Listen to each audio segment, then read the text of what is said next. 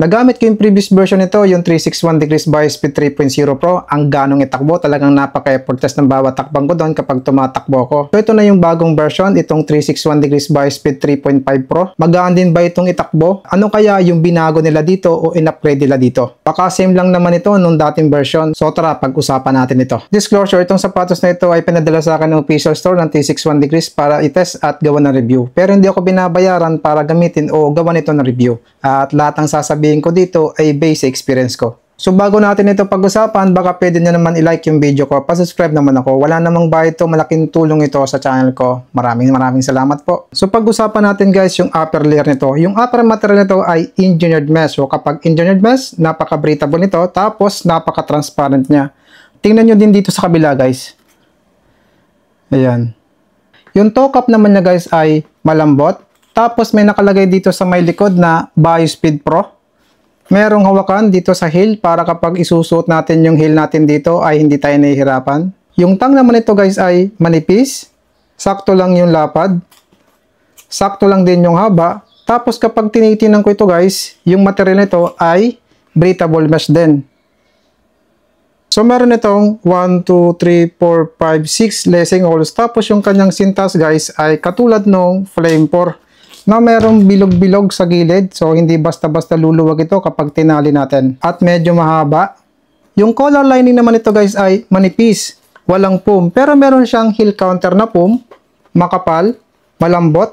Tingnan nyo guys oh.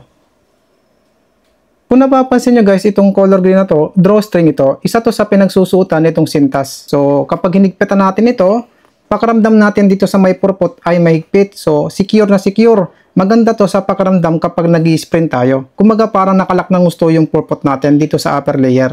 Bukod dito sa drawstring, meron pa itong strap na connected dito sa tang. Tingnan nyo guys oh. Medyo malapad siya. Eto.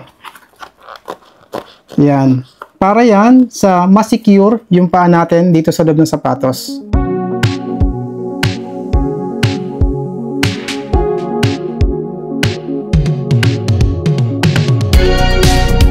Yung material ng midsole nito ay CQT Flame Nylon Elastomer Foam katulad nung nasa Flame 4. Tapos ito daw sabi sa advertisement nila, meron daw itong 88% energy return. Wala akong nakita guys kung gaano kakapal yung purpot ito at yung rear pot nito. So subukan natin kuha ng estimated na sukat. Dito kukuha sa taas na to, tapos hindi ko sasama yung rubber outsole. So tingnan natin. So nakakuha ko dito ng 23.2 mm. Tapos dito sa rear foot, kapayin ko lang muna.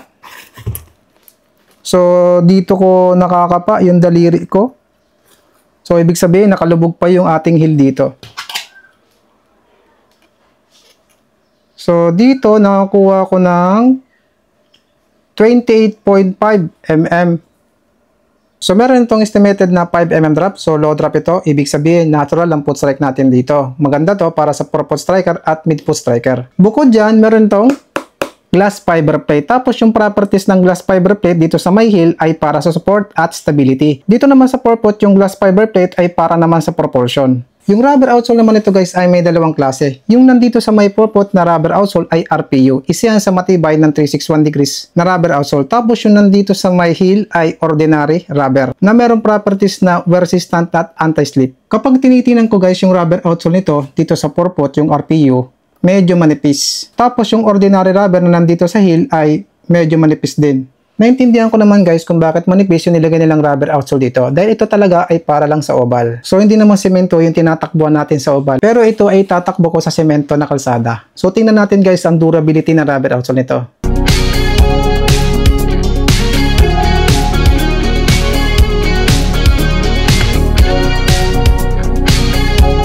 So tingnan naman natin guys ang insole nito. So, ito daw ay merong kapal na 2.5 mm. Hindi siya super lambot guys. Yung pagiging malambot niya ay mabilis bumalik. Merong butas-butas para sa pagiging breathable. Merong support sa arch, pa-curve dito sa heel. Bakit ko ba laging binabanggit itong pa-curve na to sa heel? Nakakatulong ito para mag-lock yung heel natin dito. Medyo malambot. Soft yung nararamdaman ko dito, hindi madulas. Tapos meron sa kanyang nakalagay na 361 degrees running. So timbangin natin dito guys kung ilang grams ito sa size ko.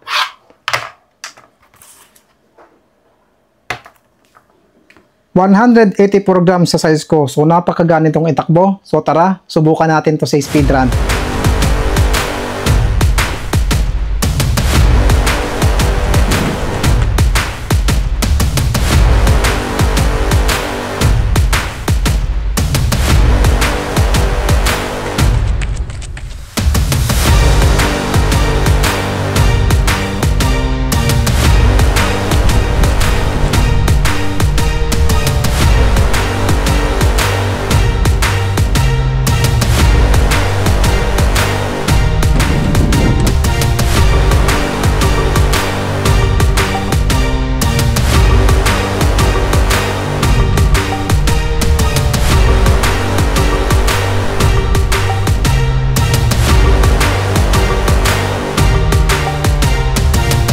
km warm-up, 16 times 400 meters at 90% effort. 1 minute rest, easy jog, at 1.4 km cool down. Total distance, 12 km, oras, 1 hour and 5 minutes, average pace, 5 minutes and 26 seconds, max pace, 3 minutes and 43 seconds, average SR, 144 BPM. So, pag-usapan muna natin guys ang fitting nito sa paa ko. Guys, saktong-sakto lang to sa paa ko, hindi masikip, hindi maluwag. Sa tingin ko, pwede ito sa medyo malapad na paa, normal na lapad na paa, at narrow ang paa. Hindi to pwede sa malapad na paa at matabang paa. Masisikipan na kayo dito. Akala ko guys, itong drawstring, magkakaroon ako ng irritation dito kapag tumatakbo ko, kumbaga kikis ko siya, tapos magkukos ito ng parang bakat dun sa paa ko dahil sa mahigpit yung pagkatali ko.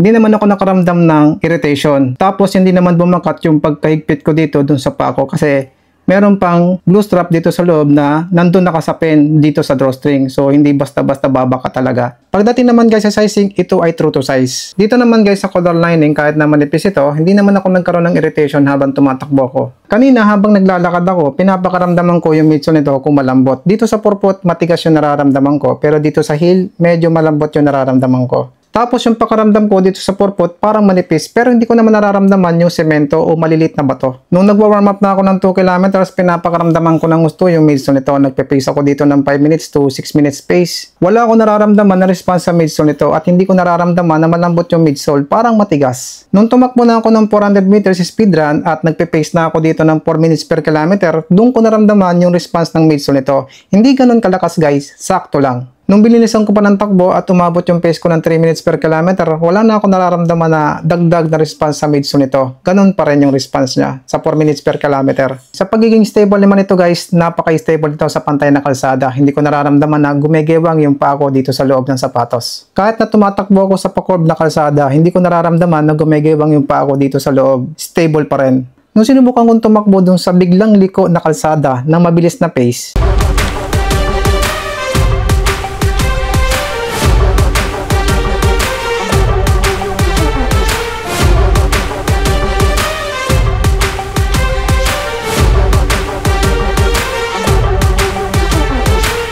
ang stable pa rin ito. Nakatulong itong drawstring at yung strap dito sa loob ng sapatos para sa pagiging stable dahil sa hindi basta-basta gumegewang yung paa ko dito sa loob ng sapatos kapag tumatakbo ako na mabilis. Yung rubber outsole naman ito guys ay makapit sa kalsada. Kahit nasa papalikong kalsada, makapit pa rin at hindi ako nakakaramdam na dumudulas yung rubber outsole nito kapag tumatakbo ako na mabilis. Malaking tulong yung makapit na rubber outsole nito sa pagiging stable. At ito na guys ang nangyari sa rubber outsole nito sa 12 km interval ko.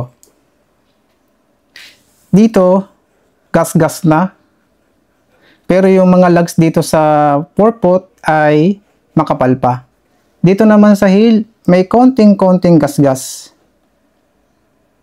So para sa akin, durable yung rubber outsole nito. Pero kung palagi mo itong itatakbo dun sa katulad ng tinatakbuhan ko na semento ang kalsada, alam niya naman matalas yon, madaling mapudpod, maubos yung rubber outsole nito dahil manipis lang yung rubber outsole nito. So itong sapatos guys ay pwede natin gamitin sa interval training, sa speed training. Tapos sa 12 km na takbo ko dito, hindi ko nararamdaman na dumadapa yung midsole nito. So sa tingin ko, aabot ito ng 16 km to 21 km kung magaan ka na katulad ko. Pero kung mabigat ka, baka 5 km to 10 km lamang ito sa inyo. Hindi ko to marirecommend guys sa 5 minutes per kilometer, 6 minutes per kilometer sa jogging dahil sa baka matigasan na kayo sa midsole nito. Ito ay ginawa para sa mabilis na takbo, sa mabilis na pace. Sinubukan ko lang to sa 12 km para malaman ko yung durability ng rubber outsole at yung midsole. So pag-usapan naman natin guys yung durability ng midsole at yung upper layer.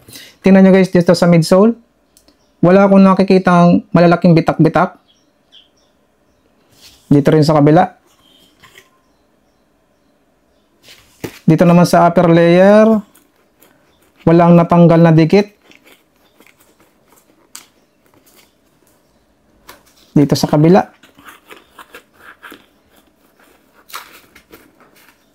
Wala din.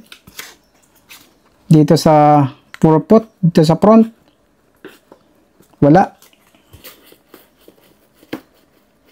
Wala rin. So para sa akin, durable yung kanyang midsole at yung upper layer. So pag-usapan naman natin guys ang nagustuhan ko sa sapatos na ito at hindi ko nagustuhan. Unahin ko na sa nagustuhan ko sa sapatos na ito. Unang-una, ang sarap niyang itakbo dahil sa napakagaan itong itakbo. Napaka-effortless ng bawat takbang ko. Nagustuhan ko din yung comfortable na nararamdaman ko dito sa upper layer niya dahil sa secure niya nararamdaman ko dito. Nakalak ng maayos. Nakatulong kasi guys yung drawstring na to tsaka yung strap na nandito sa loob. Sa pagiging secure ng paa ko dito sa loob ng sapatos. Tapos, napaka-breathable niya. Hindi ko nararamdaman na umiinit yung paa ko dito sa loob ng sapatos. Tapos nakalak ng maayos yung heel ko dito sa heel counter niya. Hindi ko nararamdaman na dumudulas yung heel ko dito kapag tumatakbo ko ng mabilis. Ang hindi ko nagustuhan sa sapatos na ito ay wala man lang siyang reflectorized. Napaka-importante sa akin ang sapatos na merong reflectorized kasi extra visibility yon. Tapos matigas yung nararamdaman ko sa midsole nito sa 5 minutes per kilometer. Ang isa pang hindi ko nagustuhan dito guys ay yung kanyang tang. Bukod sa medyo manipis, medyo malambot pa, madaling magusot. Tapos engineered mesh yung upper material nito. So kapag ito'y naputikan, mahirap linisan. So nandito guys yung previous version. Itong Biosprit 3.0 Pro. Try natin pagkumpara nitong dalawa kung worth it bang mag-upgrade dito sa bagong version. Kapag tinitingnan ko guys yung kanilang midsole, pares lang yung design. Pares na pares lang din yung kapal. Tingnan nyo guys oh. Dito sa kabila. Dito sa likod.